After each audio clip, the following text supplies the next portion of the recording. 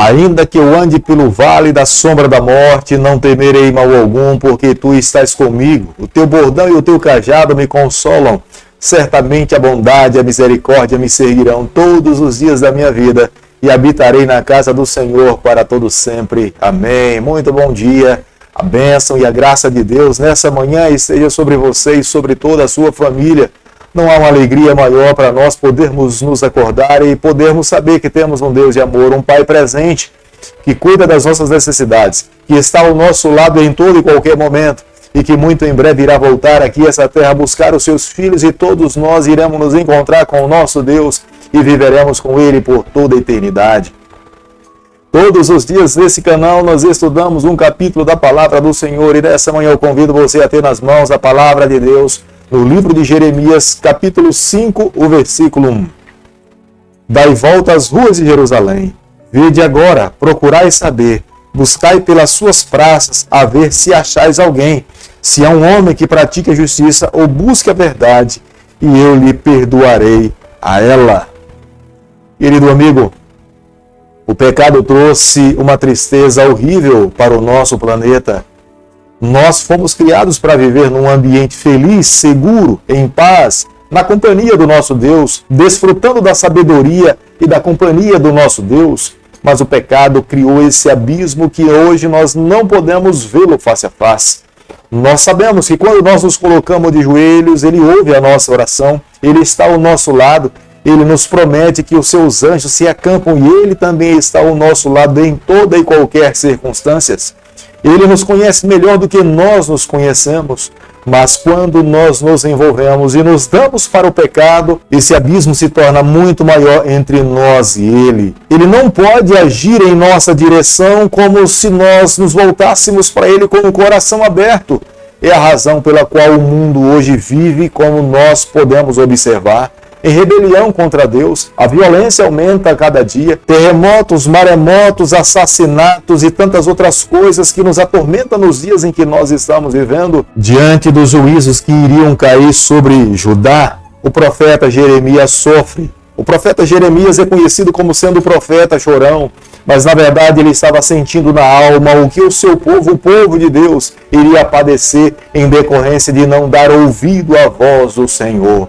O profeta Jeremias sabia que, de repente, o coração de muitos israelitas estava propenso em aprender, em ouvir a Deus, mas o pecado causava esse abismo do coração deles, e eles já não mais poderiam viver uma vida em fidelidade a Deus. Hoje, nós vivemos a mesma situação, mas, amigo, o nosso Salvador Jesus Cristo veio aqui a essa terra provar para todos nós e para todo o universo que é possível um pecador vencer. Jesus venceu na cruz do Calvário na condição humana. Jesus foi tentado como nós e Jesus venceu citando a palavra, vivendo uma vida de oração, ligado ao Pai. Dessa forma também é possível um pecador como nós alcançar a vitória. No versículo 1 nós podemos observar que o profeta fala, ouvindo a voz de Deus, dai volta na cidade. A escassez de fidelidade era tão grande que Deus falava, Jeremias, dá volta na cidade, procure alguém, tente encontrar alguém que seja fiel, que me ame, que busque as minhas verdades, que procure andar em fidelidade, em retidão diante de mim.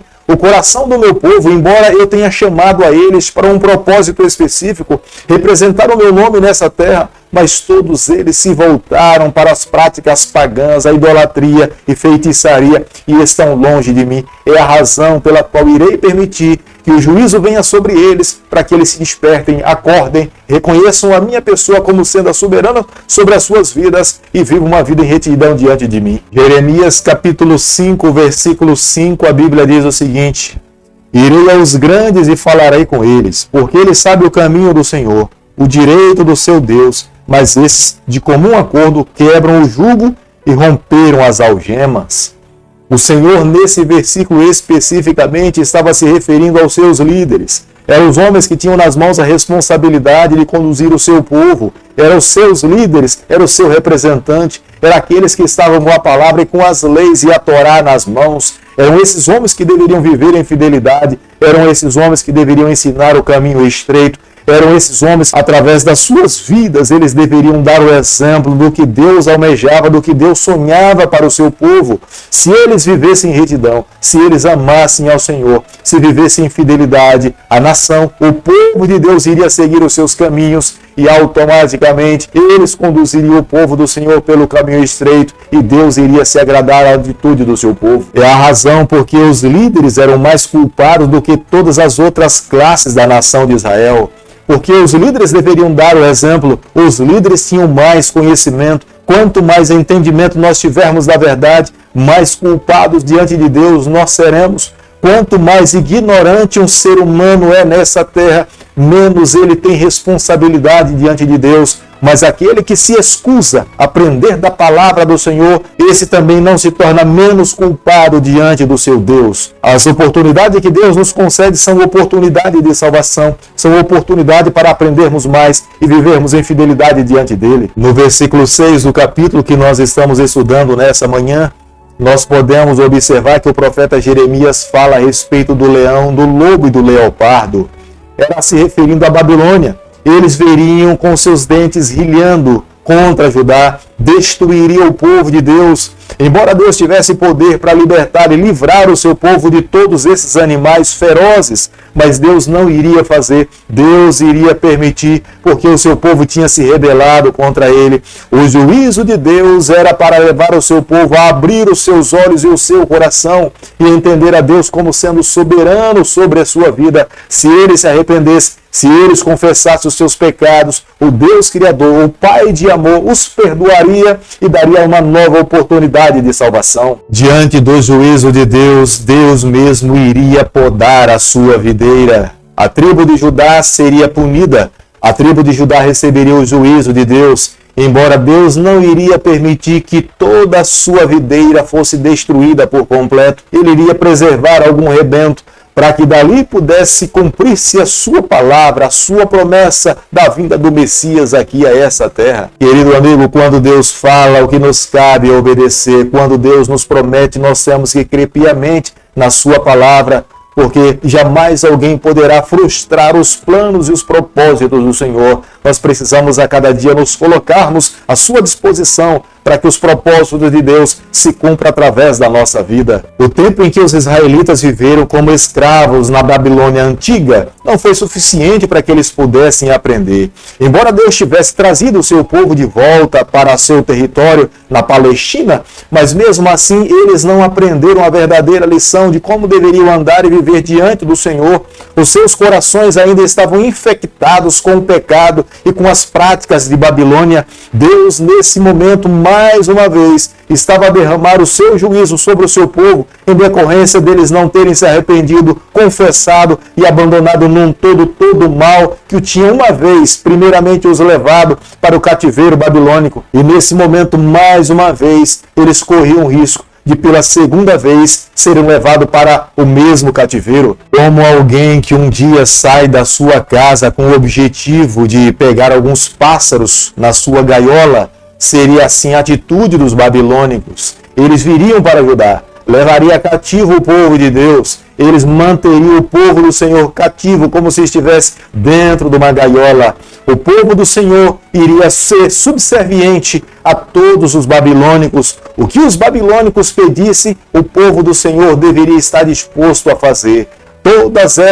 Todos esses flagelos era resultado da desobediência dos Todos esses flagelos era resultado da desobediência do povo do Senhor. Dentro da casa do povo de Deus haviam muitos pecados. Eles tinham acumulado riqueza, mas toda a riqueza que eles tinham acumulado era em decorrência de ações fraudulentas, de comércio ilegal, de práticas não agradáveis aos olhos do Senhor, de balança enganosa. E Deus estava nesse momento permitindo que uma nação adversária pudesse punir o seu povo para que eles pudessem se voltar para Deus, reconhecer os seus pecados e viver uma nova vida ao lado do Senhor. A indiferença para com a vida espiritual era tão grande que os israelitas eles eram indiferentes para com os pobres, as viúvas e aqueles que careciam às margens da sociedade daquele período, eles estavam completamente voltados para as suas próprias necessidades. Mas o seu irmão, aquele que precisava da ajuda de alguém, eles não estavam dispostos a estender a mão para ajudá-los, acolhê-los e ensiná-los e fortalecer a fé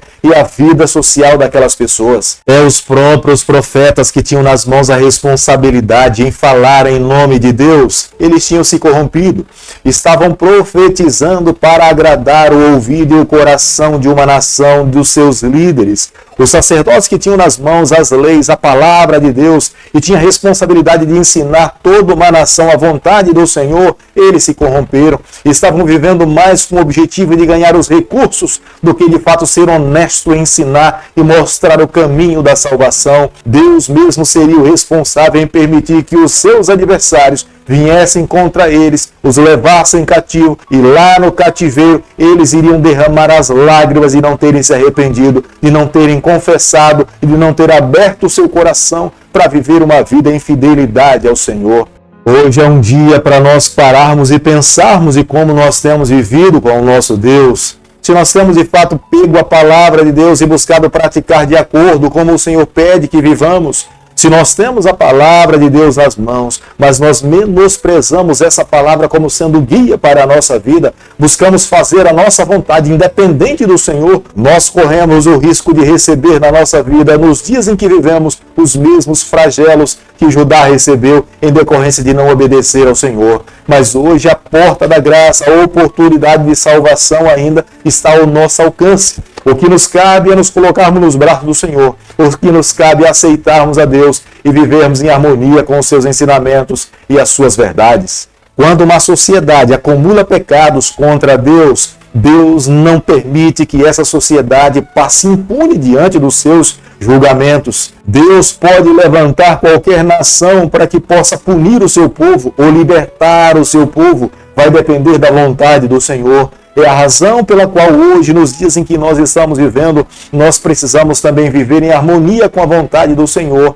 porque os olhos do Senhor estão sobre essa terra. Ele conhece o nosso coração, Ele sabe da nossa vida. Um dia Ele dará um veredito final. Todo aquele que amou o Senhor irá receber a bênção de Deus. Todo aquele que viveu em desarmonia com a vontade do Senhor irá também receber as consequências das ações e da vida que levou diante do seu Deus. É por isso que a cada dia nós somos desafiados a buscar mais de Deus e menos de nós. Mais do céu, menos dessa terra, fazermos um sacrifício vivo a cada dia, abrirmos o nosso coração e deixarmos que Ele conduza a nossa vida. Aquele que aceita essa proposta de Deus recebe a bênção de Deus, mas aquele que rejeita essa proposta vinda do céu acaba recebendo os flagelos do Senhor e o seu juízo sobre a sua vida. Querido Pai, em Tuas mãos nessa manhã nós nos colocamos. Queremos a cada dia ser exclusivamente do Senhor. Queremos viver exclusivamente para Ti. Toma o nosso coração, perdoa os nossos pecados. Nos concede a graça de um dia podermos estar com o Senhor por toda a eternidade. É o nosso pedido, é a nossa oração e o fazemos em nome de Jesus. Que o Senhor te abençoe e te guarde. Que Ele faça resplandecer o seu rosto sobre você. Que Ele tenha misericórdia de você, que sobre você nessa manhã Ele levante seu rosto e conceda a sua paz em nome de Jesus. Amém.